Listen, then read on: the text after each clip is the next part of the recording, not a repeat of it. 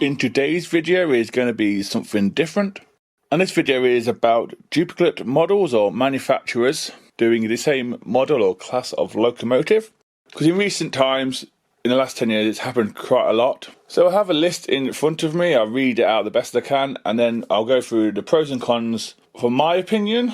So here's the list, there's no dates or anything, so here's the list. LSWR Adam Radial class tank. Hornby and Oxford Rail did one, and they were roughly around the same time.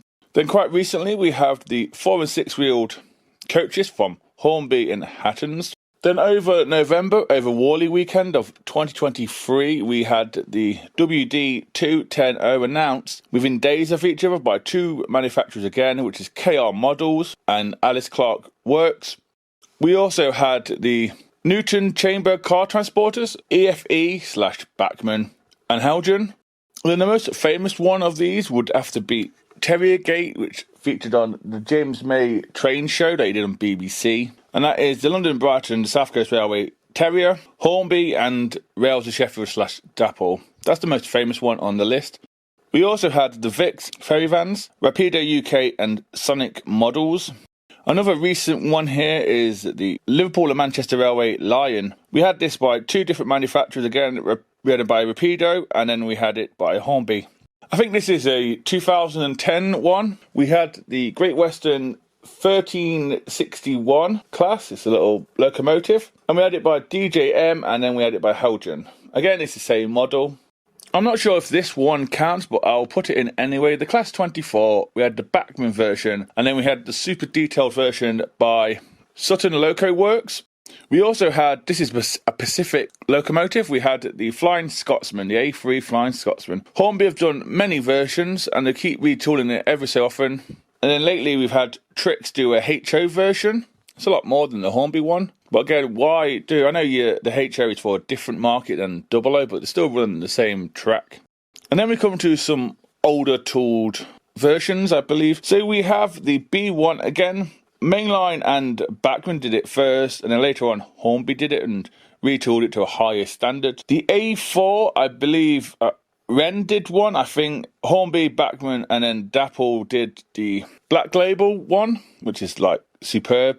There wasn't that many. We also had the 08 Shunter again. Hornby and Bachmann are competing for that. Another Hornby and Bachmann one would be the British Railway 9F, including the Dock Time version. Again, Hornby and Bachmann again. Same with the Hall. It's Hornby and Bachmann again with the Great Western Hall. There is probably a few more out there, like the Class 66, Hattons and Bachmann. And there's probably a few other coaches as well. The pros for this basically is it gives the buyer much more of a wider choice and different price ranges. So like I know the WD210, there's £100 difference in it, which is a lot. I don't think there was too much in the Hatton coaches and the 4 or 6 wheeled ones with Hornby. Same with the 9Fs. The Flying Scotsman is a lot of money. I think the Trix one is like £400. And the Terriers, they was quite a bit different. I think Hornby's was £100. I think Rails of Sheffield was like more £150. And they had tooling differences in both, good and bad. And the list goes on and on and on. For the pros, like you look at the price, the ride variety, it is all about competition and what's good and what's not. But if I'm honest with you, it does annoy me a little bit or a lot. I don't publicly say it, but it does annoy me. Any manufacturer could have picked a different model to do, a brand new one. Like we've got some LNWR Clawton classes. We also have some Great Northern J classes. We have Atlantics by the North British, by the Great Central. We even have the County class tanks by Great Western, and a few other ones as well, some really odd ones. And the LMS dock tanks as well that they do. I know it comes down to liveries and how long they were in service for, and also if they are preserved. There's a good chance if a loco was from the pre-grouping and it survived all the way through to BR or further, or even National Coal Board, and eventually gets preserved, that's a big plus that the class of loco will come out at some point. That's the ruling I've heard of a few manufacturers. Also depends on the modifications, how long the lifespan of a model can be with different variants like different coal bunkers, different roofs, different whistles, safety valves, and even wheel arrangements as well. So yeah, it all comes down to certain things, like smaller classes, which just surprise me that get made. Like the Hush Hush, the Turbo Motive, Big Emma or Big Bertha have got made over the years, especially when it comes down to steam. Diesel, I'm not too sure. So there's a few factors that come into it. Same with rolling stock and coaches, I guess.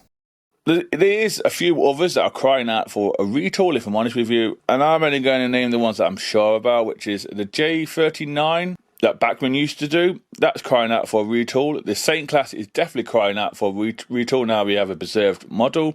The County class, the 1000 class, that's crying out for a retool.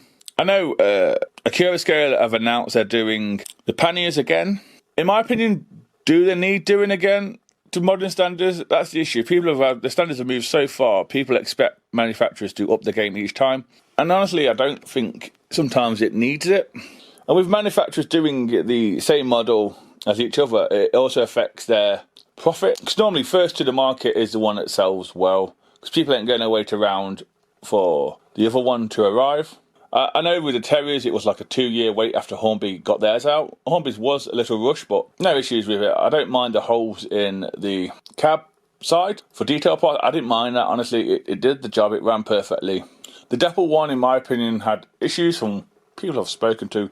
Motor issues, gauging issues, and all that sort of stuff. So do we really need manufacturers to do duplicate models that other manufacturers have announced or doing? I know it's all about money and research. I get that. I think it was Bachmann's 47 or 37. One of them, they announced they spent £1 million on the R&D for it. They boasted they spent £1 million, which you didn't need to. Yeah, Acura Scale and others, I think, Helgen are doing one.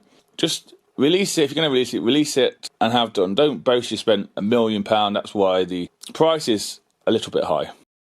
I know a few people moan that they're doing it, that manufacturers are doing duplicate models. I understand that. I get frustrated as well. It would be nice to do a different model that hasn't been done. There's thousands out there that they could do. So yeah, there's pros and cons for it. For me, I hate it when manufacturers announce a model that a manufacturer has already announced or already done to a degree. That's just my opinion. I do apologise if I've rambled on a little bit here, but I'm trying to get some good points across and I've probably failed.